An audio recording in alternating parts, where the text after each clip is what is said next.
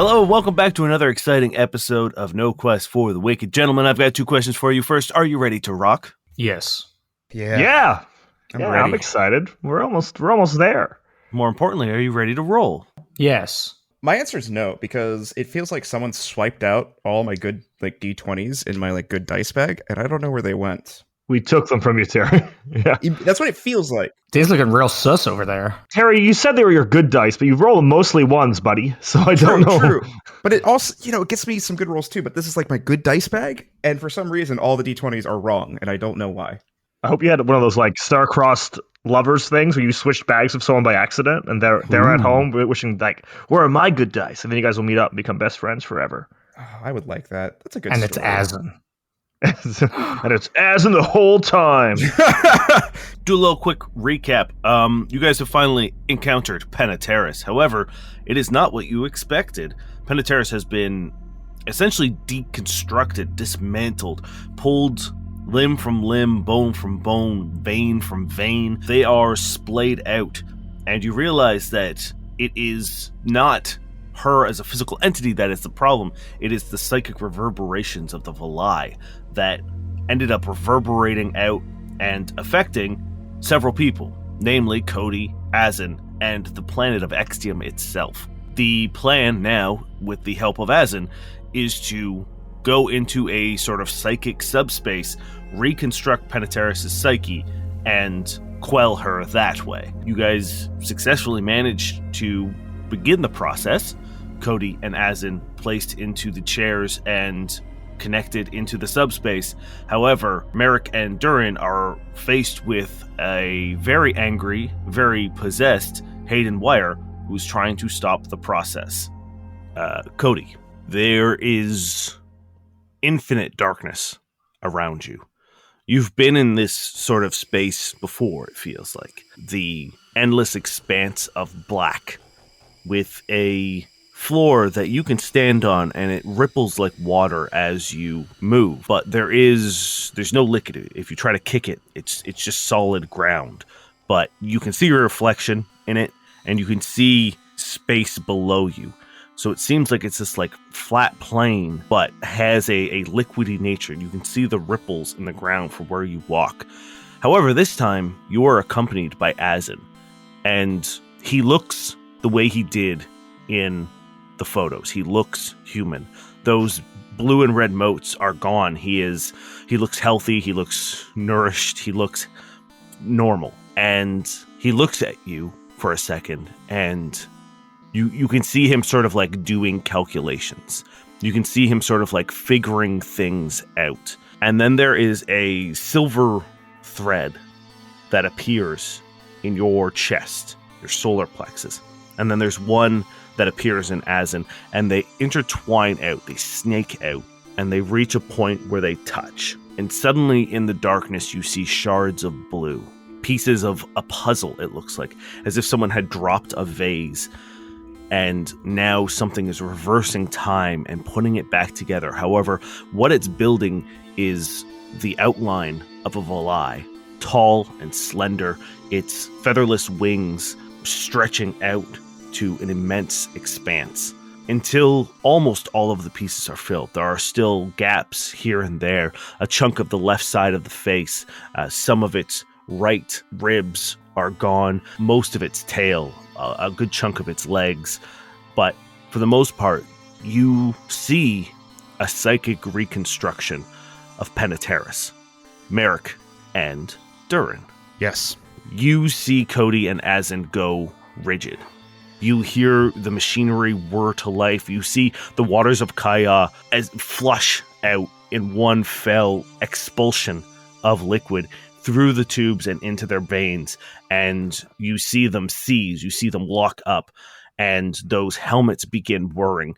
A gold and blue light begins swirling back and forth inside of it. The Eris reactor behind whirs to life and begins making a almost deafening noise. And Hayden Wire looks at the two of you. He has a moment of panic as he realizes that the process of transference is underway. And he says, "Oh, wow. You guys got a lot farther than I thought. There's still time to let this happen. The reckoning, I mean. to stop the transference. Kill your friends and save yourselves. Very tempting offer, I must admit. Stand down, Hayden, or Extium, or whatever you are right now. What do you prefer to be called, I guess? Names don't matter much now. The only thing that matters is that I stop you. We could talk about names for a bit. Like, Yeah, we can get a whiteboard in here. We can make a list. We can pros and cons. Yeah. We can really workshop this, Yeah, half an hour power session. He smiles and he says, "No, I think I'm just going to kill you, and then I'll kill your friends. Unless you want to do it for me." No, we won't. We won't be. Okay. Okay, silly guy. This guy. He says, "Well, if you have friends, it's only fair that I do too." And above you, more around you, you hear the sounds of like footsteps coming and going through the hallway. You hear like clanging in rafters. You hear sort of like the rustling inside of ventilation shafts, and you hear the approaching of several people. Oh no. I feel like we're gonna get a lot of Haydens in a second, Merrick. Durrin, this is a moment that we need to stand strong in. We can't move too far away from them. We have to protect them from anything. I'll stand by Azin. You stand by Cody. Will do. We'll take them on till we take our last breath. Until this is done. Let's do this. Merrick and Durrin, please roll me initiative. What'd you get? I rolled a natural 1. Hell yeah. So for a 14. I rolled a natural 2 Oh. for a 7. I blame Dane for stealing my dice. Okay, Cody, inside this psychic subspace, Azin looks to you and he says, "We aren't going to get a complete Penetaris. Not until we reconcile.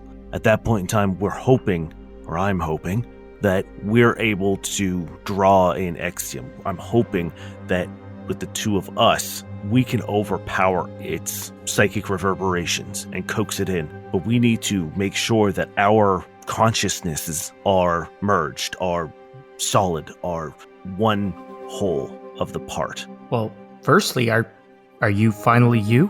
Penetaris has no control over me here. I reach out a hand. You've kind of been a bit of a butt, but I'm gonna guess it wasn't all your fault, so, and I know you're very important to Merrick, so nice to meet you. He nods and he says, "It's nice to meet you again." And he shakes your hand. You were there when it happened. Do you remember? As you say that, the construct floating in front of you lunges forward, but stops, almost like it's attached to a leash or cables or some sort of restraint, and like jerks back just mere inches from you.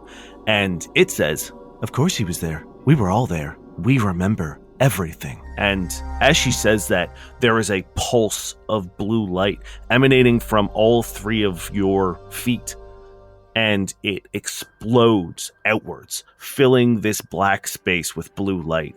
And then pieces of Project Transference, the room, the geometry, begin sort of falling from the sky and landing into the ground, slowly reconstructing the room until you are back standing in Project Transference. The chairs unscorched and undamaged. The tank in which the deconstructed Penetaris sits empty. The tube in which Alpha is resting in is on and whirring and lit up. Scientists hustle and bustle across the room here and there, checking readings, checking notes, checking screens and monitors. Mazo stands at the ready at the central console as Azin is over by the chair preparing you and Penetaris. Is Alpha in the tube? He is, yes. Can I move over to the tube? You are currently, this is like... Oh, I'm in the chair. You're in the chair. You and Penetaris are hooked up and sort of like undergoing final steps. I'm just looking at the tube. The sort of imaginary, the then Penetaris who's sitting in the chair reaches out and extends her hand to the old Cody, the imaginary Cody, and she says, "I asked you to protect him with whatever you have, and you know you're doing it. I'm proud of you.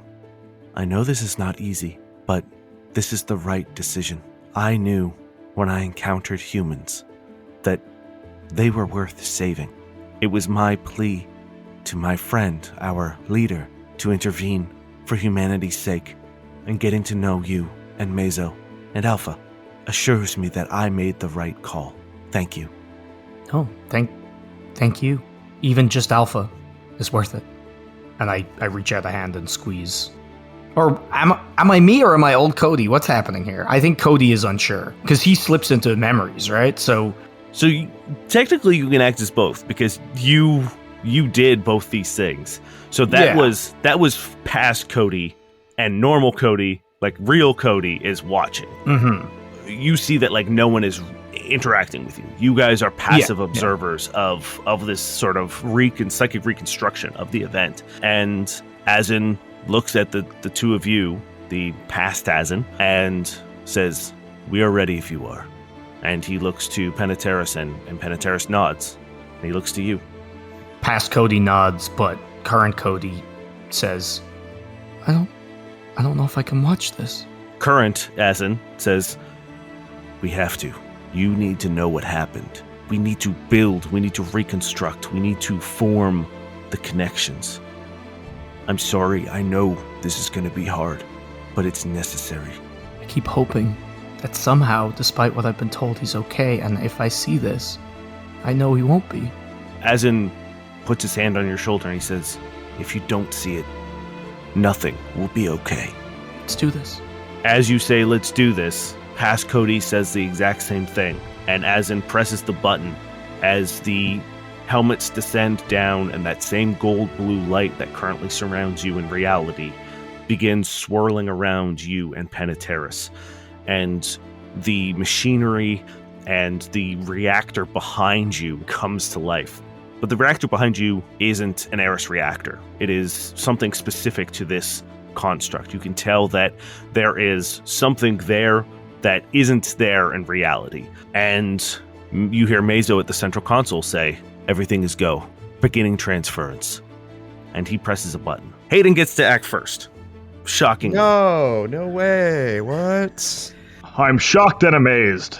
And he's going to invoke those arcane sigils, and he draws his pistols telekinetically as they come out of his holsters and float in place. And then his two hands extend out to either one of you on either side, protecting your friends. And you see a slot in his wrist open up. And then all of a sudden, a strong suction begins happening. And you can feel the heat being sucked out of the room. And it's beginning to get very, very cold. You can see ice building up and frost building up on the cables and the machinery. And then he's going to also take 2 attacks. The first attack's coming for Durrin. Of course. That is a 33 EAC. That'll do it. The next one is a 37 EAC on you, Merrick. I feel like you saw it was a lower roll and you've been picked Durrin first. Hey, no, I wasn't going to say anything. Durrin's on the left. Mm-hmm. Yeah, that hits. 37 hits. Okay. Both of you take 23 cold damage. Okay. Or actually, no, sorry. That's Durrin. That's your damage. All right. It's going to be higher, I know it. Someone's playing loosey-goosey over here.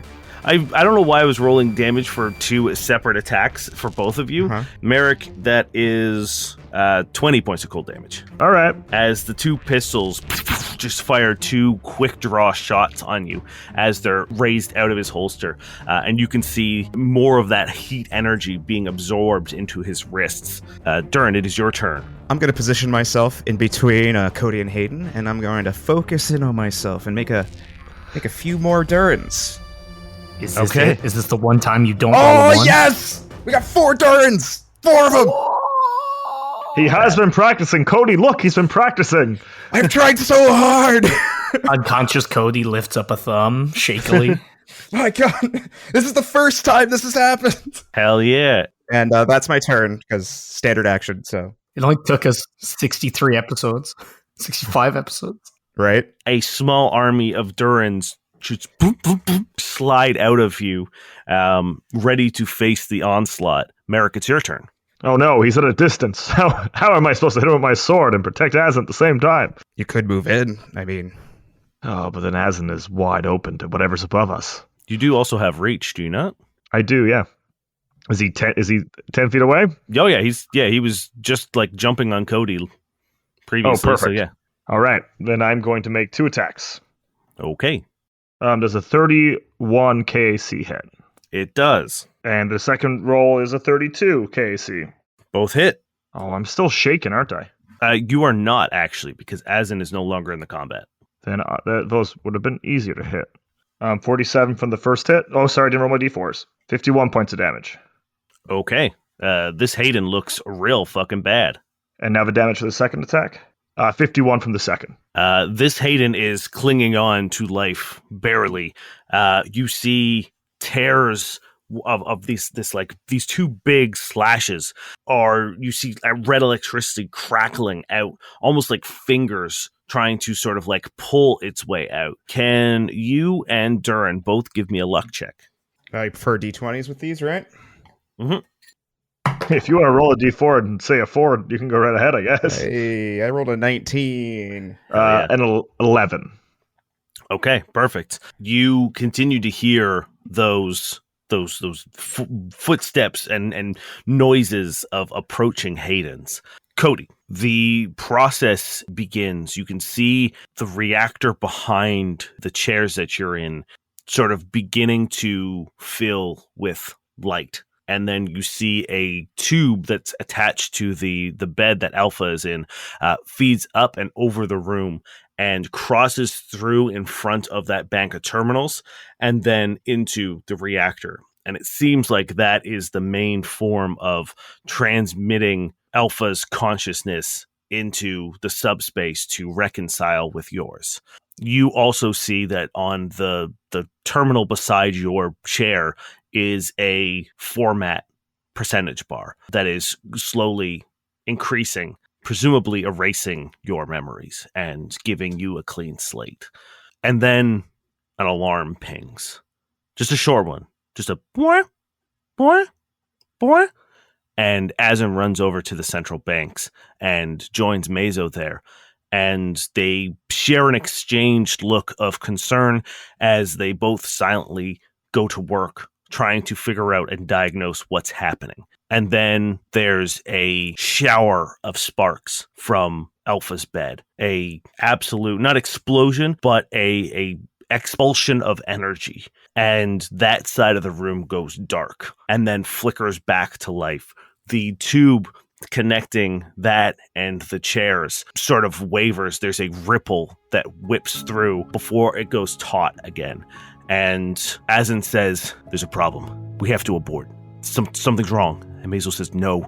If we abort now, then everything is lost. We don't know what will happen to him, and I'm not risking it. We have to keep going forward. Otherwise, he could be gone forever. And they begin bickering. They begin arguing about whether or not to stop. And Mazo keeps pushing for it to continue, and Azin keeps pushing for it to stop. In the chairs, you see your formatting finish. But on the chair beside you with Peniteris, you see that helmet beginning to freak out. It's beginning to crack. The light's beginning to swirl faster. The cable leading up into that reactor is beginning to fray. It's almost like you're watching someone light a piece of paper on fire, and that cable is just sort of melting and burning and singeing and being eroded by whatever energy is being exuded from Peniteris. You see similar motes like you've seen on Azin, blue and red and flashing and swirling around Peniteris' body. You can see that it's probably trying to protect her. However, it's failing. And there are shockwaves. The first one is barely noticeable, but a little like poof, as the monitors beside you and her get hit and shatter. And then there's a second one, this time enough for the scientists closest to you notice. They get knocked back a little bit, and then a third, which knocks all of them off their feet and onto the ground, and then a fourth, which blows Mazo and Azin to the ground as well. And then just pulse after pulse after pulse of this psychic reverberation energy that is just shooting powerful shockwaves, increasingly stronger, out into the room. Glass shattered, computer terminals exploded until it gets to Alpha, and the two expulsions of energy meet, and then there's quiet and still. And then you hear the reactor behind the chair beginning to whir and hum and buzz, and you hear the bolts holding it in place beginning to unscrew and lift up into the air, and everything in the room begins floating. The people, the scientists, Mazo, Azin, anything that's not secured in the room lifts up, and then there is an explosion. In the corner of the room with you and Penetaris, the reactor detonates. The chairs go flying. Your body goes launching one direction. Penetaris goes launching the other, both scorched and damaged. And then the room goes dark. Everything except the tube that Alpha is in. A soft blue light in the corner of the room is the only thing that can be seen. Coughing, groaning, sounds of concern, and then nothing. The vision melts away. The way that they fell down, they begin sinking into the floor until nothing of the room is left. I'm just crawling across the floor towards Alpha's tube. All that's left now is the key players. The tube that has Alpha, Mazo and Azin forcing themselves up onto their feet, a still and lifeless Penetaris, and you crawling past your projected selves, and then even they fade. And once again, a blackness surrounds you. And it's the psychic projection of Penetaris, yourself, and Azin. It's Hayden's turn. That sort of inhalation of energy stops, and you see those vents slide shut on his palms, and then he bends his fist forward, and two little cannons appear on the top side of his wrist and expel a gout of flame towards both of you. I believe it's a reflex save, please. Oh, man, I'm rolling really hard or really not today. It's either 17 plus or under 5. That's what we get. It's almost like our dice are randomized or something.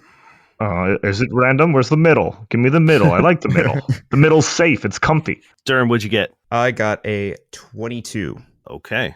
Merrick? A 10. Okay. I'll just use Cody's body to block the attacks. As in, you owe me one. Durrin, you succeed. Okay. Which means you take no damage because it's a reflex save and you have evasion. However, one of your images does get destroyed because this is an area attack. Merrick, you do not succeed. And you take 59 points of cold damage. Fuck. Oh, sorry, fire damage. Fire damage. I was about to say, that's some weird fire. It's that icy fire. Icy hot. As a torrent of flame begins shooting out. You won't scorch a hair on his beautiful head, you son of a bitch. Durrin, it's your turn. Oh, fuck. Okay. You're near the vents, so you got that kind of covered. So I'm gonna rush Hayden. Let's go.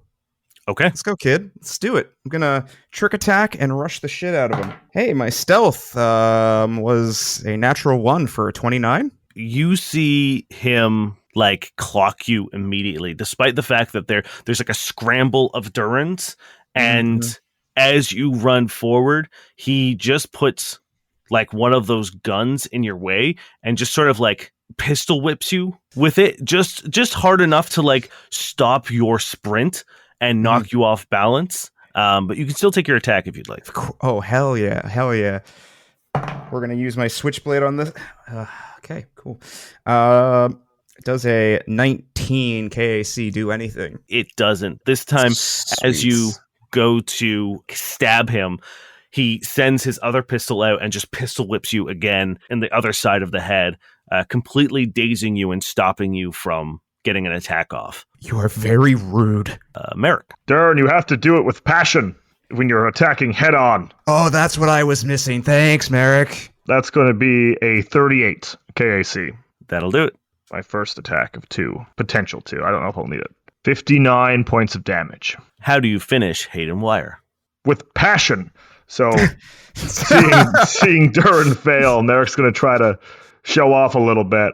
Sword straight up, and I'm just going to bring it down, trying to crush as many of those magic runes he has on his chest. Finally, there's that sort of expulsion of electral energy. You know that is the sort of possession of Extium, and it just shoots out of him and then sort of dissipates into the room.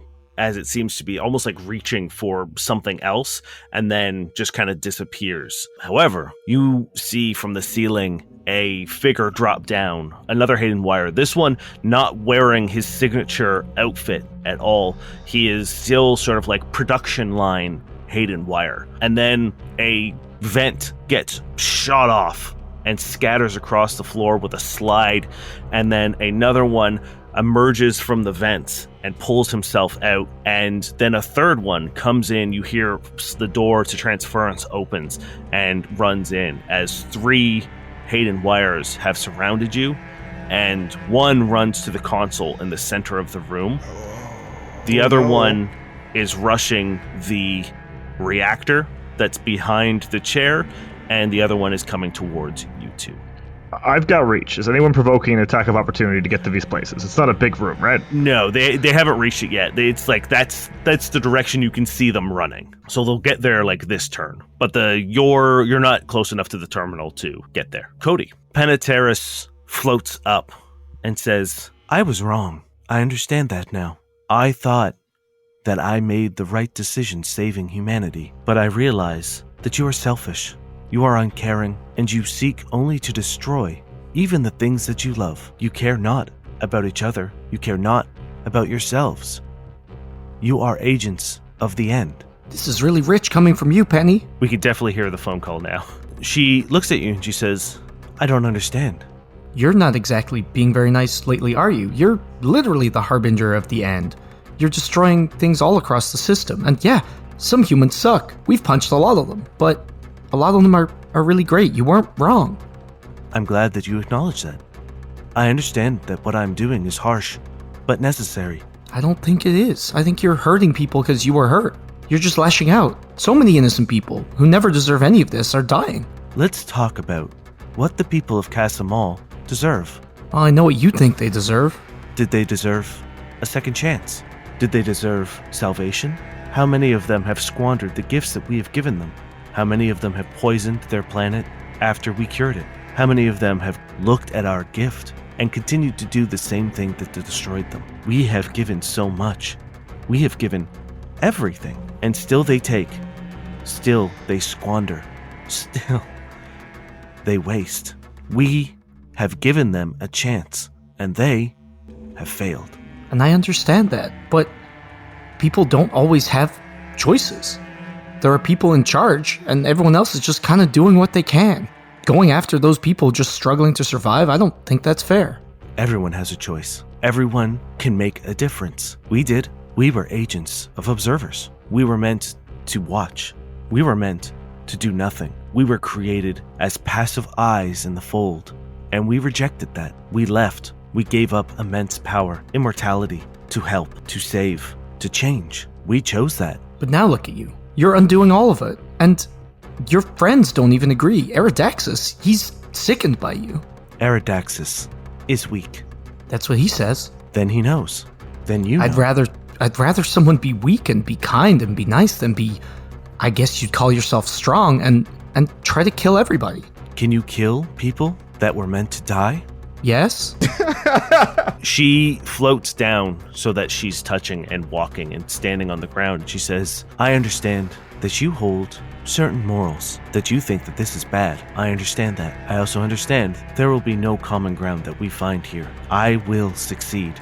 I was hoping that there'd be a way through to you because you weren't always bad. I still am not bad. I would imagine most people in the system would disagree. And what about the people that get to inherit the planets, ones who get a second chance again? I am wiping the slate clean to give a new wave of people a second chance. New homes, new planets, new opportunities. You've had your chance and you wasted it. Now it's time for someone else to try. You know we can't let you do that. Then we are at an impasse. Very well. And once again, she floats up and the psychic subspace begins to fracture. You see ripples in the water here and there, and then it begins to freeze over like ice and fracture and crack. And then, as if someone hit it from below with a sledgehammer, it shatters up into fractured glass and shoots up with all of these reflective surfaces now swirling around you. Azin and yourself are floating, flying even. Your feet touching nothing, but still you stay in place. The shards begin to refract and reflect. You see glimpses of your life. You see you and Alpha playing. You see Merrick, you see Durrin, you see your crew, you see your friends, you see the people that you've met, you see the people that you've killed. And everything begins swirling around you. Can you please give me a will save? That is a 24. That succeeds. You feel like you're beginning to get overwhelmed. Everything is beginning to sort of like fill your brain at once. And you've had this feeling before when Kaya gave you sort of that spark that began reigniting your memories, the little pieces that you were still able to hold on to. Being set on that path felt a lot like this. And now it feels like all those paths are connecting. You are remembering everything from the time that Peniteris awoke in you to the transference to the moment of barely consciousness as you sat in an empty, cold shipping container and watched Jalen Mazo seal you away as you finally and slowly shut down, to the moment where Merrick found you, bought you for 25 credits in an auction. The light searing your eyes as you reawoken into a new world that you didn't remember. You begin connecting everything. There's no gaps anymore. There's no past you and present you. There is just Cody and everything that you have done. And when that connection is made, you see the pieces of Peniteris that exist there change color from blue to red. And there is a pulse as she recoils back and shouts. She says, "You will not stop me. I have a purpose, and I will fulfill it." That's not gonna happen. She flies back with a push of her arm. She soars backwards. It seems like miles away. And she surrounds herself in these shards, making almost a makeshift bubble shield around her. And she curls up in a ball, and you can see those red shards losing color. They seem to be going back to blue as she attempts to heal herself. And Azin looks at you and he says, "We're on the right track. We just need to keep making connections, keep finding a way to reconcile. You've done you. Now we need to figure out us. We need something that connects us." Merrick. Or Alpha? Or both?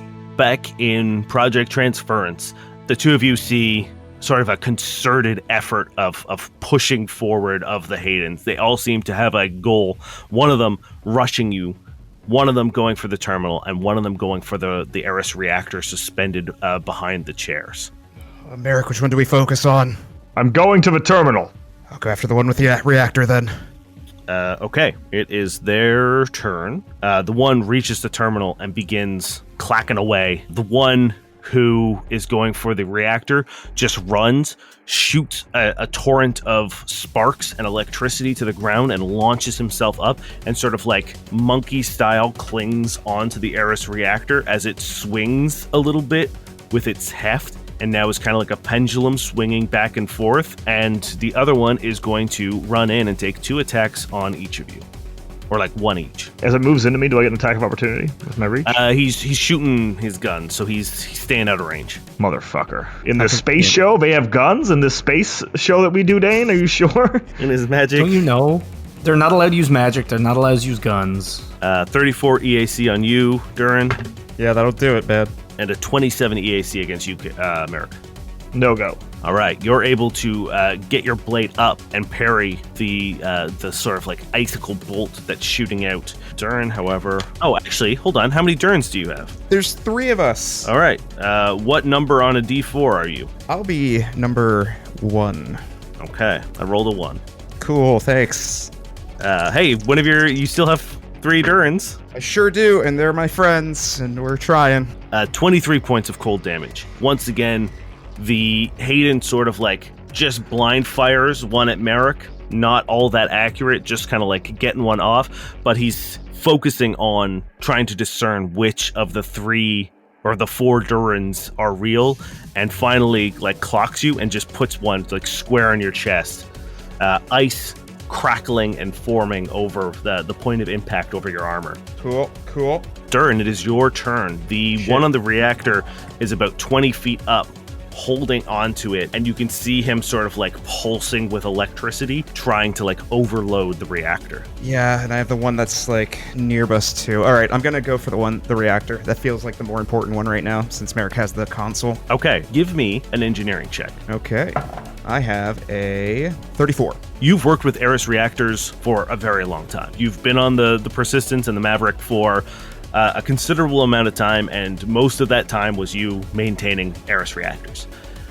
You know that it would be difficult to overload an Eris reactor in this way. However, you also know that Extium is incredibly powerful, and this source of energy is potent enough that they could do it if left unchecked. You also know that Eris reactors are incredibly well designed, and they have a lot of fail-safes. One of them is like venting out excess energy. If you're able to find the terminal that monitors the reactor, you would be able to reverse the surge of power that Hayden is putting in. Okay. So instead of going for him, maybe go for the terminal. And that is it the same terminal that the other Hayden is fucking on right now, or no? You're not sure. You didn't really do sort of an inventory of terminals, so you would have to do sort of either a computer check or a perception check to figure that out. So you've got 2 courses of action. You've got a slightly harder means of like dealing with it. You think it would be probably more effective, or you can just attempt to attack him or get up there with him. So those are sort of like your 2. I appreciate it. I like the idea of like at least seeing if I can find that terminal, keep my options open. So would you like a perception or computers? So a perception check will help sort of determine. Give me a computers check. I think that's a better check. 31. Kick ass. Yeah. You're able to do a quick scan of the room, follow not only the cables of what the reactor is hooked up to, but also you know that this is Eris reactors are incredibly hard to repurpose. That's a thing that you are aware of. So you know that it would require an Eris terminal, and you spot it on that bank in the middle, near where that other one is. Okay, cool. Then I'm going to use I'm still going to use my trick attack to shoot the one that's hanging on the reactor, but I'm going to use my movement of that trick attack to get to that terminal. Hell yeah. All right. There we go. That's a little better. 42 stealth. Absolutely. Hell yeah. As I rush over there, shooting my pistol off. He is flat-footed for this, and I rolled a 23 versus EAC. On the money. Well, actually, higher because he's flat-footed. But yeah, you get him. Hell yeah. Fuck. Scary shit. All right, while I roll this, I need... Oh, wait. He's probably immune to getting stunned, isn't he? Yes, he is. I would remember that. No. He's got bonuses. Okay. Then we're stunning him. Give me a fortitude save. Oh, no. That is a 17. That's a fail. Hold on. It might be no, Dane. Don't hold Dane, on. Don't hands off the chess piece. I want to see if his construct bonuses are built into his saves. Of course they are. You made the character. Probably. Aren't you trusting your own character? You wouldn't mess it up, would you? It's a 17. He fails. He is stunned for the round. Okay, well then he drops off the reactor. You land. What does this look like? How do you hit him? I'm imagining it is just there's a bit of chaos going on, smoke even, and just 3 Durrins just dive within the smoke cloud, rushing over to the terminal, and just a solid blast right in the side of his neck, just taking him down. He hits the ground hard. He like holds his neck for a second, and like there's just like all that sort of like bio goop that is running through his veins, and he attempts to get up and slips, and he's like, you can tell you really fucked his shit up. How much damage did you do? Yeah, 20 points of fire damage. Okay. And then 34 points from my trick attack. Hell so yeah, 54 total. Damn, that was a good roll. That was good. Good shit. Welcome to the club, baby. Oh, it feels good. Feels good. We hit 50s in this house. Merrick, it is your turn. All right, so the guy off top has fallen. So we have the guy in the middle and the guy at the terminal, correct? Yeah, the guy who was rushing you guys, and then there's the guy on the terminal, like clickety-clacking away. So these versions of Hayden look less than the magic pistol guy, right? They don't seem as potent. They just don't look like they've assumed the personality of Hayden Wire. These seems to be like under direct control of the Vestige and aren't something that they took. Like they seem to just be activating the ones that were in that factory. So not designed for combat. So probably not as durable and not as strong as the first Hayden. You know that it is still Hayden Wire in terms of like Body. Durability and ability, but not personality. Okay. I'm going to turn into a beam of light and appear right next to the terminal guy. Okay. And I'm going to make 3 attacks. Shit. Okay. I'm just like behind him. I just tap him on the shoulder. Hello there. First one is going to be a 20. Bad dice. That does not hit, no. Okay. 2 is going to be a 28. That does hit. 3 is going to be a 35. That also hits. So 2 hits. First one is 48 points of damage, and the second one is 51 points of damage. As Merrick appears and just goes, wah, wah, making 2 slices, hopefully stopping him from working on this computer. You've certainly distracted him for sure. Hell yeah. Cody. Hell yeah. Azin looks at you and says, yeah, Merrick could work. Okay. Are you in love with him? He immediately like flushes and like you could see him get like almost immediately embarrassed. It just says, yeah. He was quite literally the only thing holding me together. Every time Peniteris took over, I thought of him. That was what kept Azin alive. And those shards, you start seeing like moments, some intimate of Azin, but also mixed in with some of the memories that you have of Merrick. The times on the ship, the battles, the almost deaths, the just absolute like breadth of experience of this person that you've only really known for a very short time. What memories are you thinking of Merrick? Is there audio? Not really, no. It's, I mean, like, yeah, actually, yes. Every now and then, when one of the shards gets a little close, you can hear, like, the muffled audio of the memory, but it's like, it's almost like it is from behind glass. Desert sun. See, you can hear it too. Wow. I think a lot of the images are mirroring what Azin's doing right now. So it's like Merrick's reaction when I ask these bizarre questions that like are embarrassing. I think it's just this very cute, like I'm getting it from Azin right now, and it's the times where I've also said something about Azin to Merrick. But on top of that, it's like, you know, us training, us fighting together, like talking about like family when he lost his brother, and I talked about how much everybody means to me, and just like every speech, every time I almost lost it, and I held it together because of him. Us down in the ice caves. Yeah, there was a reverberation of Merrick speeches. And at first, it's a cacophony of, like, unbearable speech happening over one another. But then there's a harmony to it, almost a musicality to it. There's a tone that begins sort of reverberating through of harmony. And that tone that pitch begins getting louder and louder, and then shatters that glass bubble that Peniteris had made around herself, and you see more shards beginning to fill with red. And this time, instead of pushing back, she lunges forward and blasts through the two of you, spreading you apart, pushing you away like zero gravity. You guys end up drifting apart, and she forms a wall between the two of you with these glass shards. And she says, "Together you may have strength, but alone you are weak. I've seen it. Both of you break. I've been in both of your heads, and I know how weak you are. I will break you." Well, one good thing about friends is you don't need them to be beside you to help you. Merrick and Durrin aren't here, but they help me every day. And I think sometimes you break just to get stronger. Can you give me a will save, please? All right, it's the power of friendship. All right. Yeah, how good? Can I re-roll with the power of friendship, Dane? Give me a luck check. No, it's...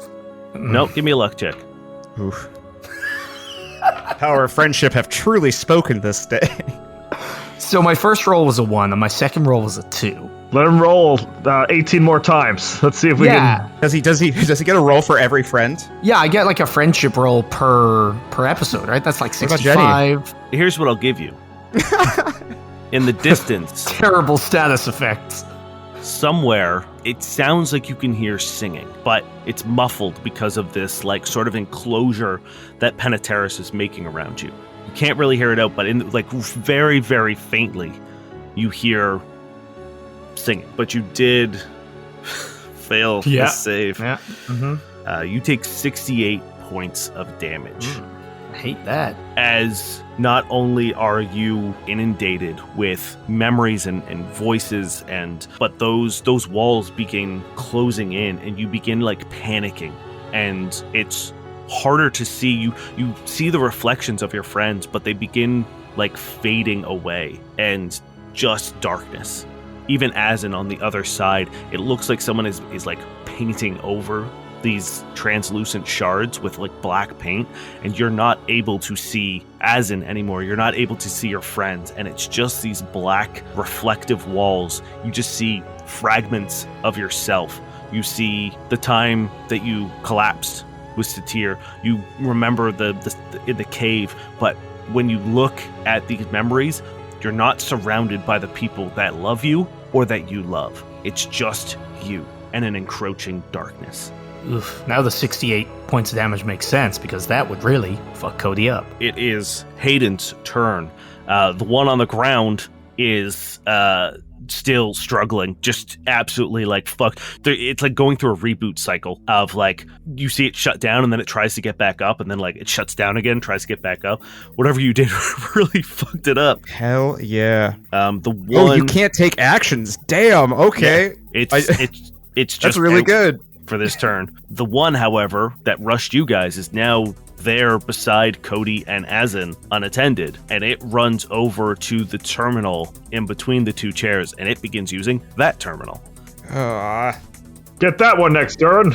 Yeah, sure. The one beside you, Merrick, turns to face you, and this, like, it goes to say something, but instead of words, you just hear like as like it sounds like this robotic, distorted, it sounds like someone talking, but that has been so compressed and like run through so many filters. It sounds like the worst quality phone call you've ever heard. So like you could tell that words are being spoken, but you have no idea what's being said. It reaches out and it grabs you by the head, and you feel a surge of electricity run through you, and you're gonna have to give me a will save as well, please. That's going to be a 24. You succeed, only gonna take half damage here. 22 points of damage as you begin getting flooded and overwhelmed with thoughts of Cody being sort of like Cody and Azin. You look over quickly at the chairs, at this guy at the computer, but for a moment he's not at the computer. He's literally like eviscerating and like disemboweling Azin and Cody with like two knives. He's just like carving them up and just ripping their guts out. But for a brief second, then it like flashes back to reality, and you realize that's a fake image. Durrin, it is your turn. Okay. Oh man, I have options. We have options. So right now you have one guy at the terminal beside Cody and Azin. You have the dude who is attacking the reactor on the ground stunned, and the one that's at the terminal where you are kind of at now too. You and Merrick are both kind of at the terminal. Okay. Or like the central bank where you were going for the reactor terminal. Yeah. Should we do a switcheroo? I guess so. I'll head towards the other one. Oh, or you can shoot this guy, kill this guy, and I can go to the other one. Do you need this terminal? Or are we past that plan? Not right now. Okay, then go shoot the other guy. Well, he's kind of on the ground if I need it, so I'll go shoot the other one. You handle this, I guess. And don't worry. He's making me see bullshit visions. My friends are stronger than that, you little robot man. And I guess I'm gonna go attack the one that's fucking with Cody and Azin. Okay. Stealth some trick attacks. There we go. 43 stealth. Yep. So I rush in once again, and I got so remember he's flat-footed before I say this number. 19 EAC. That is a miss. Okay. Just kind of rushing towards him, launching fire, but no dice. Right, Merrick, it's your turn. I have other things to do. I'm going to make 3 attacks. 28. Yes. 18's not going to do it. Nope. And then 32. Yes. Both of those hit. That's 49 points of damage, and Merrick is going into graviton mode, just so we're all aware. And the second attack damage, a little bit lower, 44 points of damage. How do you finish this Hayden Wire? Hell yeah, man. Don't you dare show me lies! And I'm going to just, cut his arms off. The ones that use to touch me, I'm just going to go slash. Yeah, his body sort of shakes a little bit, armless, and then just drops to its knees and then over onto its side. Cody, the walls of this prison are slowly rotating in, getting smaller and smaller and smaller until they are about the size of a shipping container. No, I'm not there anymore. My friends got me, and I have family, and I have friends, and they'll save me, and I'll save them. You can't put me back there. Can you give me a perception check, please? That one. You're fucking joking, Niall. We have to steal your dice, too. I don't know what's it's in the last 2 weeks, it's gotten real bad. You're emotionally compromised. The shipping container gets smaller. It begins compressing even smaller. And now it's forming almost a coffin in size. You are flat, and it can't get any smaller without crushing you, but it stops there. And once again, you hear Penteris's voice, and she says, I like you. You represent what I hoped everyone would be. Caring, kind, willing to make a sacrifice if it was for someone that they cared about. If everyone was like you, I could have died in peace. You are rare, and unfortunately, not enough. I'm not enough. I was mean to Riddle. I'm not perfect at all, but I'm trying, and if I die here, I won't be able to keep trying. But that's okay. If me dying is what it takes, then squish me. You will not die. I think that you are beneficial as a part of me. And you see that coffin beginning to turn blue. The shards that make up it begin changing into a blue, and you feel being pulled in all directions as if it's trying to absorb you. Can you give me a fortitude save, please? Guys, it can't be another Don't one, fuck right? this up. Okay. Let me look at my little sheet of notes here. I haven't used my jacket yet today. I'm going to use my jacket to reroll. Okay. You said 4, right? Yeah. 18. Okay. I rolled a 6 and then a 7. Hell yeah. Man, you're rolling rocks today, brother. Mm-hmm. You take 22 points of damage as this begins pulling you apart at a psychic level. This version of you is your consciousness. It is your personality. It is who you are. And Penteris is taking that. Can you roll me a luck check, please? 18. As you feel like you are coming undone, you see a hand shatter through one of the panes of glass, it shredding the hand, blood and shards of glass sticking in it, and then you see another one, and then it tears open this coffin, and Azin is standing there, also looking like they've just recently taken a lot of damage. He is not looking good. There's a pretty bad cut down the center of his chest that is bleeding. His hands are now covered in blood and shards of glass, and he grabs you by the collar and pulls you out, and he says, do you hear that song? And in the background, you hear a song that you haven't heard in a while, not since Surth. And it's the theme to one of your favorite movies, Mission to Malibu. Hell yeah. You recognize it, and it's faint. It's so fucking faint. And he says, do you hear it? Is this another connection? Are you also a gigantic Mission to Malibu fan? Escape from Dublin is one of my favorite movie series. I just predator hand grab Azin, pull myself out of the shattered glass. As you do, the glass shards begin falling down into the ground, forming what looks like a road. And then the sky changes to a almost cotton candy pink. And as you and Azin focus on this song, a white Lamborghini forms around you. Your clothes change, as in a white suit with a teal button down to his solar plexus. Aviators appear, wind blowing through his hair, and you two are cruising down the beaches of Miami, and it is surreal. I turn to Aslan and I say, "You're like the son of all bitches." He smiles at you and guns it towards Peniteris, who is floating in front of you. And the two of you shatter right through her.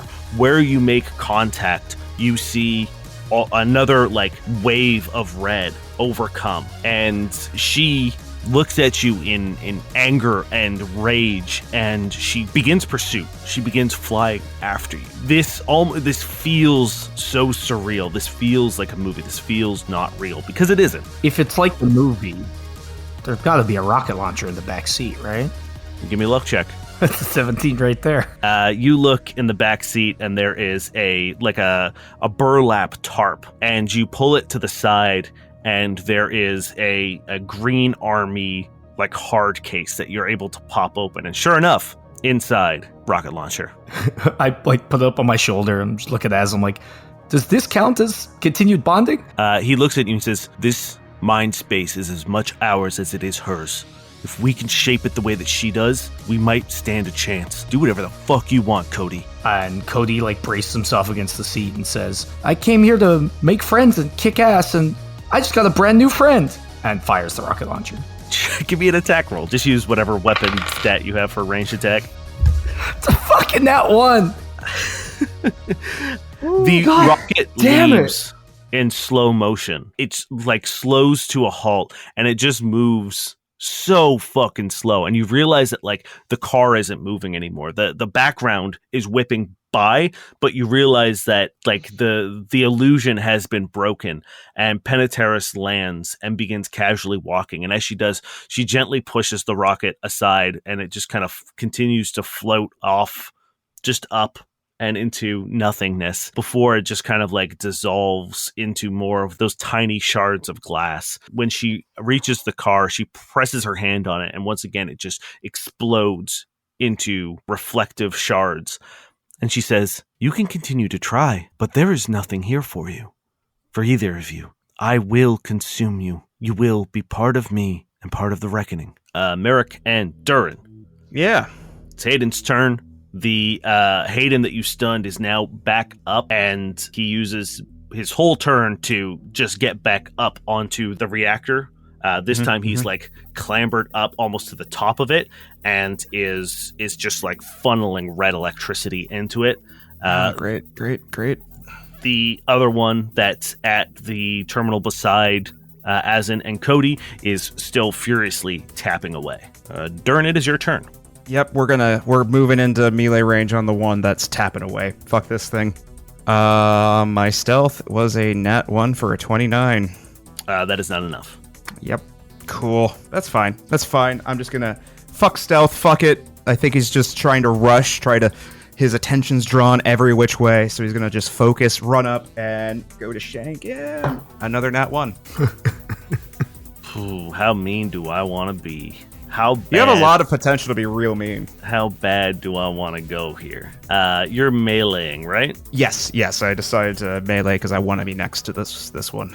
You are so loud on your approach that Hayden hears you coming easily. And as you launch up to get a good stab at his neck, he simply steps to the side as you drive your blade into the cables that connect the terminal to Azin and Cody. You see a surge of power push up into the two helmets. They begin like pulsing for a second. Uh-oh. That's not what I meant by passion. Noted. Merrick, it is your turn. Right now you've got the guy up on the reactor and the dude who is at the terminal in front of Durrin. Merrick is going to raise his hand at the gentleman, the stupid robot. I'm not going to be polite to this thing. This stupid fucking robot on this reactor. And I need a fortitude save, please. God damn it.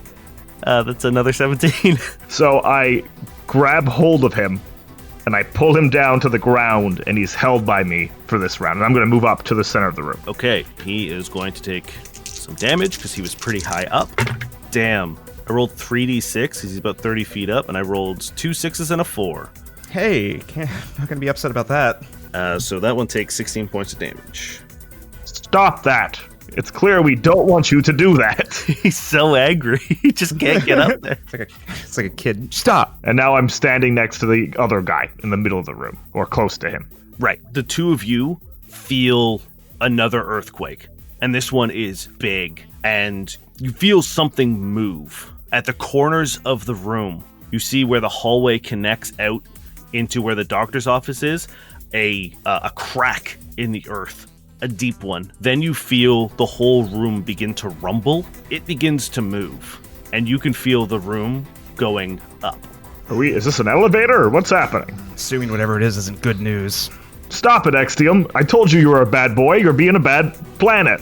Wait, I thought this place was protected from all of that madness out there. It is Cody's turn. There is a surge of energy that runs through Cody. One that you haven't experienced before, and one that you can assume is technological in nature and not psychic. The whole place shudders, and the blackness breaks.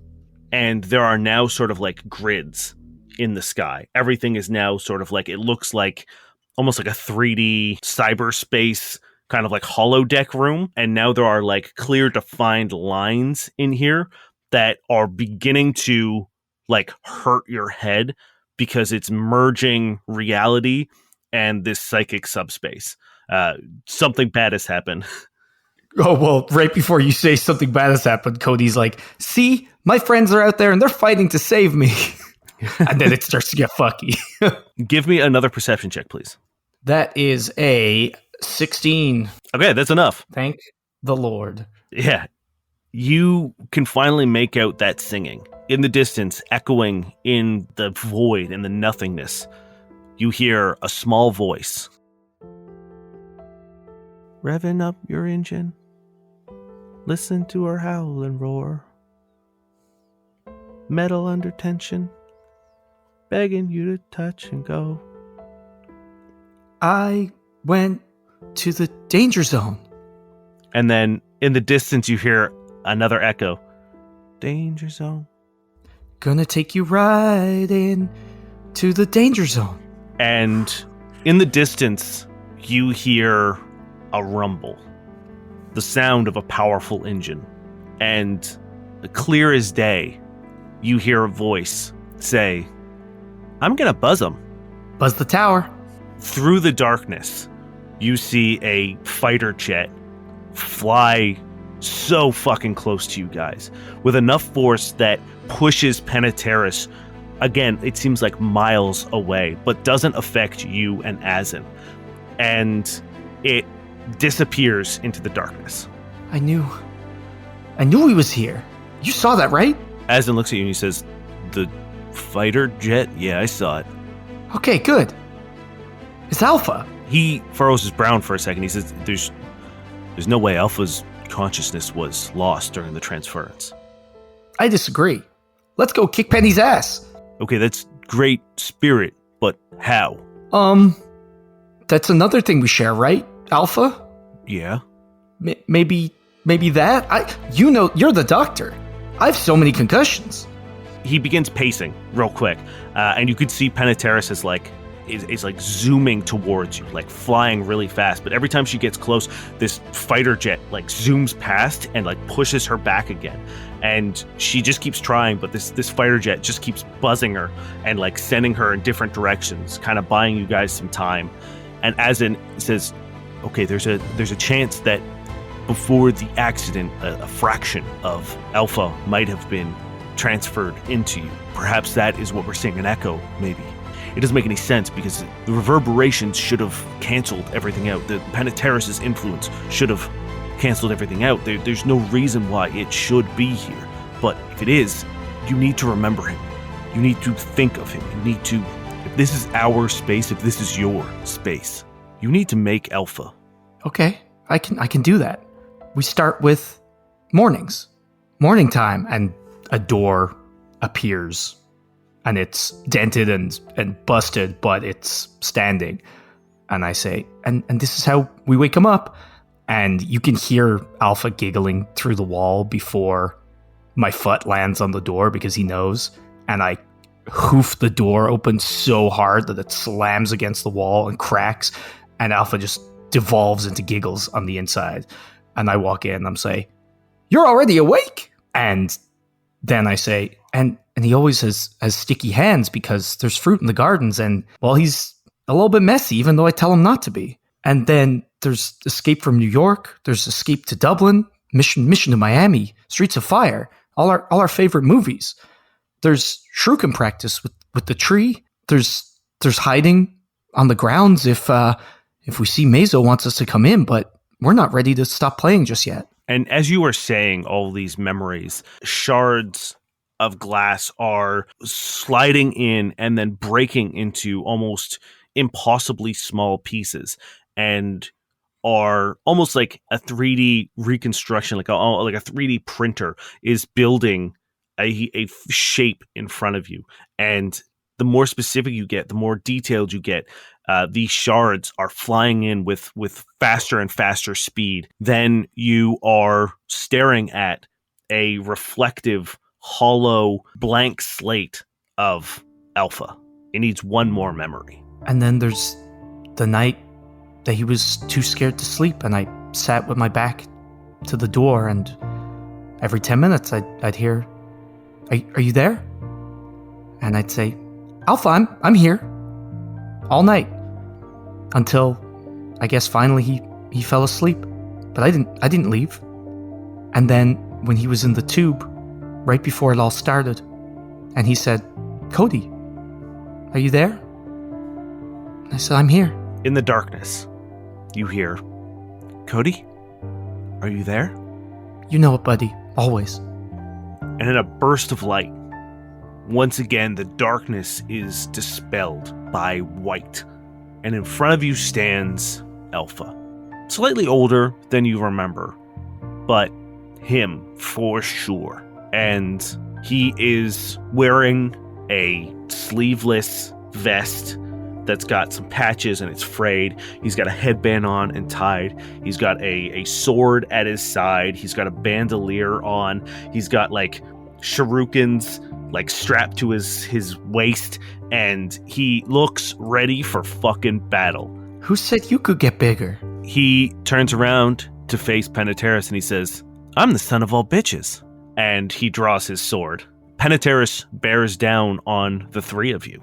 Hayden Wire turns to face you, Durrin, as you are attempting to protect your friends.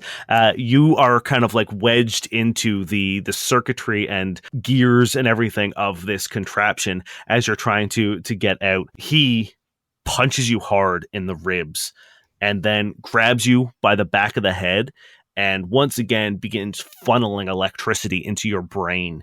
You have to give me a will save, please. Okay. Come on. Oh, we got a 19. That is not enough. Shit. You begin getting flooded with memories of all the horrible things that you have done, but without the rationale, without the reasoning, without the feeling of purpose that you had, the reasons that you had to do it, the belief in the Fur Clan. Before you were disillusioned, you thought that you were doing the right thing. You thought you were fighting for your people, for your survival. That is stripped. You just remember the atrocities.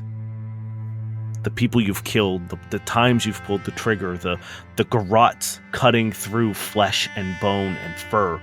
You remember all of that. And then you get a vision of the end. And it's a grave with your name on it. And no one around it. You take 50 points of damage. There was a bit of mental damage there, too. Yeah, it's mind thrust, baby. Oh, that's a good mind thrust. Damn. Brutal. The guy who was ripped off the reactor, can he do anything? What's his He's status? still held. But can he act? He can act, yeah, he just can't move. Okay, cool. He's going to take 2 shots at you then. That is a 27 EAC. That's not going to do it.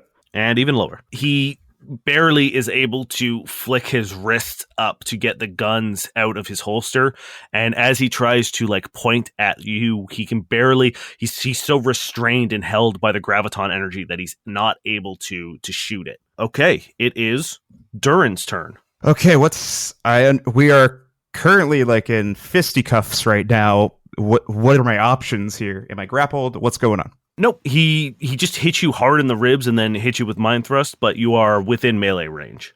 All right. Fuck, I don't think I can get a trick attack off like that, can I? I just have to like fucking go at him. Yeah, because you have to move, right? Yeah. So I'll at least get my 2 attacks in. 4 attacks. Damn, okay. Yes. Get him. You know? Let's shotgun this. It's -4, correct?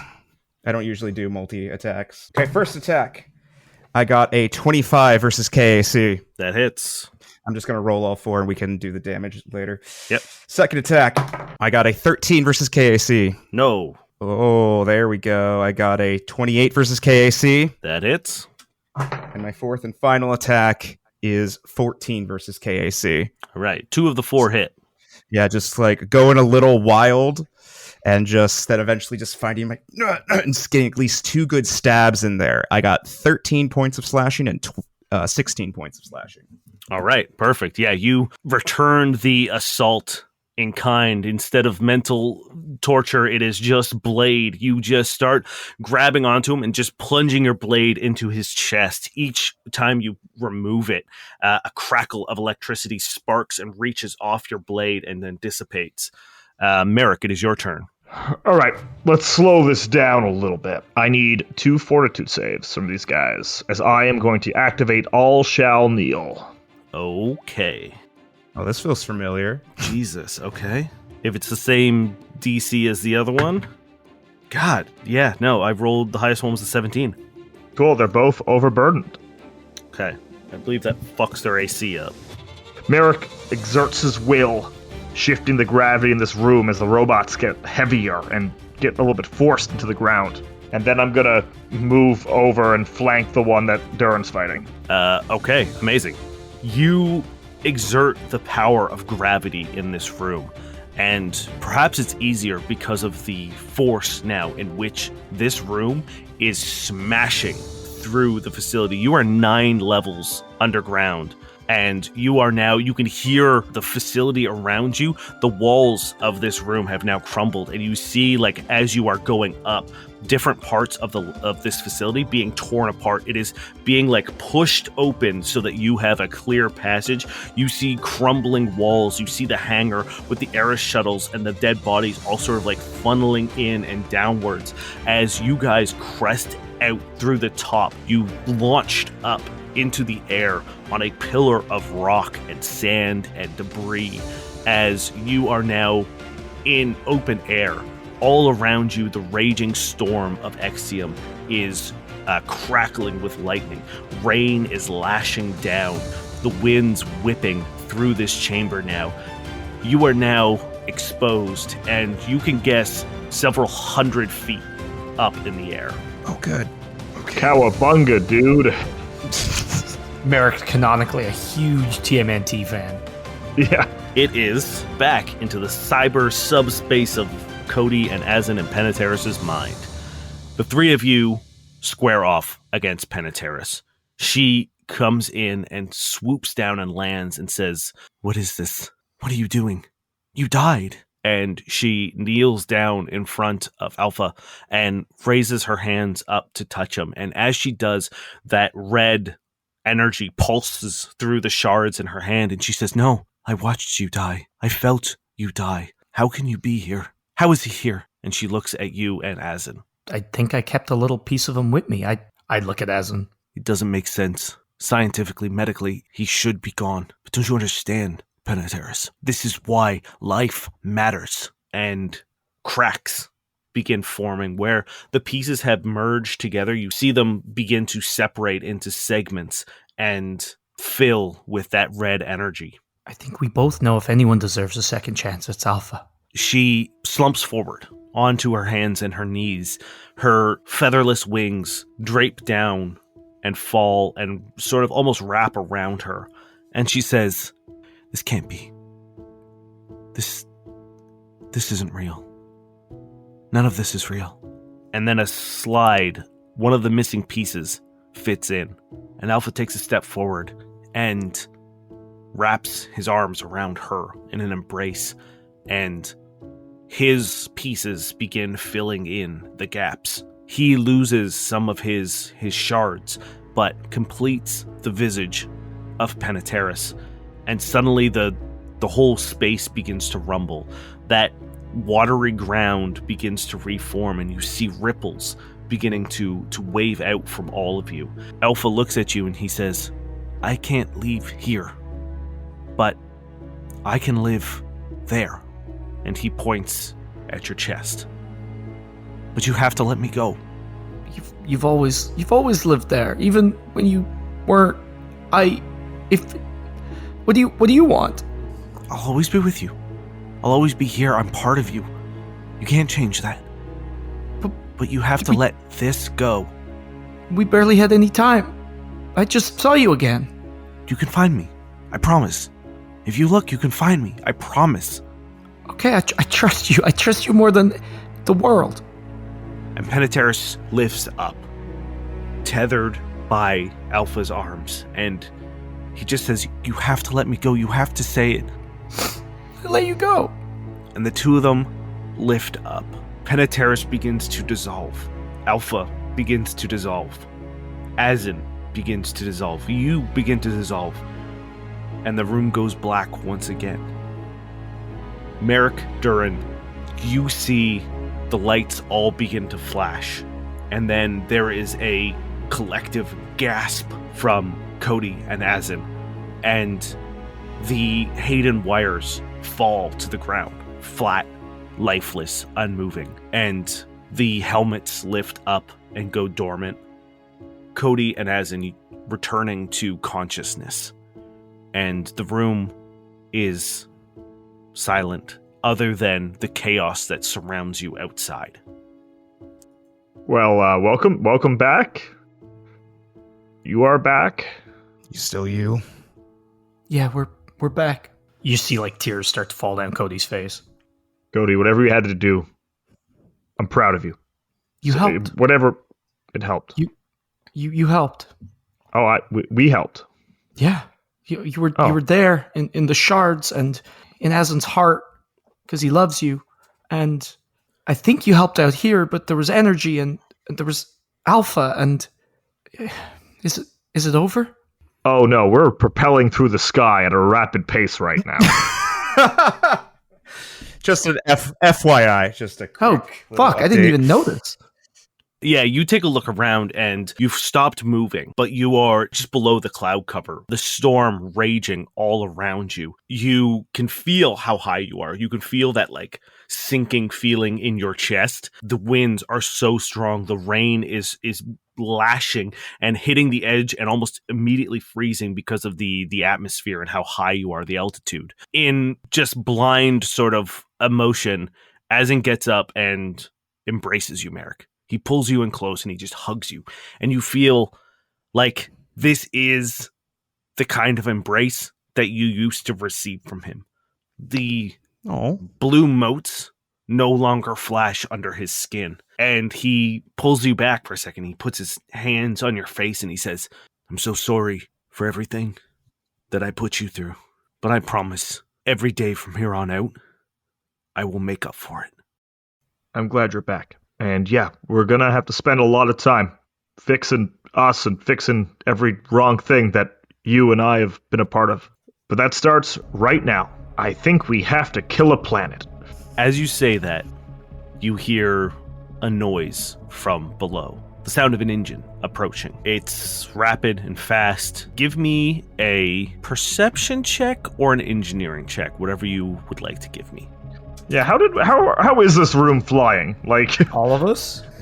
29, but hopefully they're familiar engines. 21. 25 perception. Merrick and Cody, you hear this engine, but it doesn't sound like one that you recognize.